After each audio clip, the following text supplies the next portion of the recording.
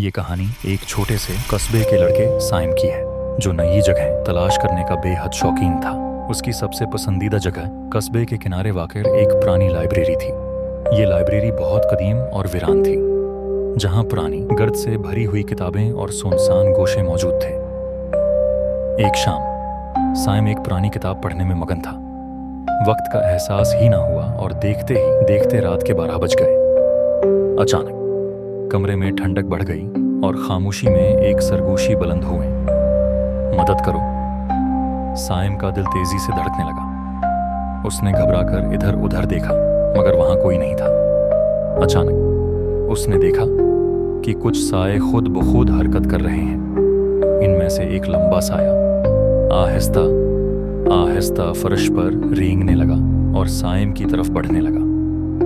घबराकर वो पीछे हटा, जिससे चंद किताबें नीचे गिर गईं। उसी लम्हे वो सरगोशी और ज्यादा खौफनाक हो गई।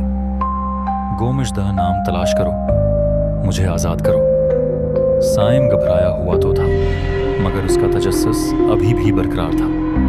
उसने जल्दी से पुरानी किताब के सफ़हात बदले और एक तहरीर पढ़ी जिसमें लिखा था कि लाइब्रेरी में एक भूत 100 साल से कैद है। उसे आज़ाद करने का वाहिद तरीका ये था कि उसका असल नाम बुलंद आवाज में पुकारा जाए। साइम ने तेजी से किताब के सफ़े पलटे और आखिरकार वो नाम मिल गया, अलियास थारनविल। गहरी सांस लेकर साइम ने आहिस्ता से वो नाम पुकारा, अलियास थारनविल।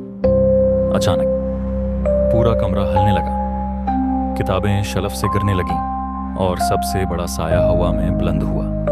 देखते ही देखते वह साया एक बूढ़े आदमी की शक्ल में तब्दील हो गया, जिसके चेहरे पर एक नरम मुस्कुराहट थी। बूढ़े आदमी ने पुरस्कून आवाज में कहा, शुक्रिया बच्चे, तुमने मुझे आज़ाद कर दिया। ये कहते ही वो धीरे धीरे हवा में तहलील हो गया। इस दिन के बाद लाइब्रेरी कभी भी खौफनाक महसूस नहीं हुई, मगर साइम ने फिर कभी वहां शाम होने के बाद रुकने की हिम्मत नहीं की, कहीं कोई नया साया ना आ जाए। सबक, तजस्सुस अच्छी चीज़ है मगर कुछ राज हमेशा राज ही रहने चाहिए।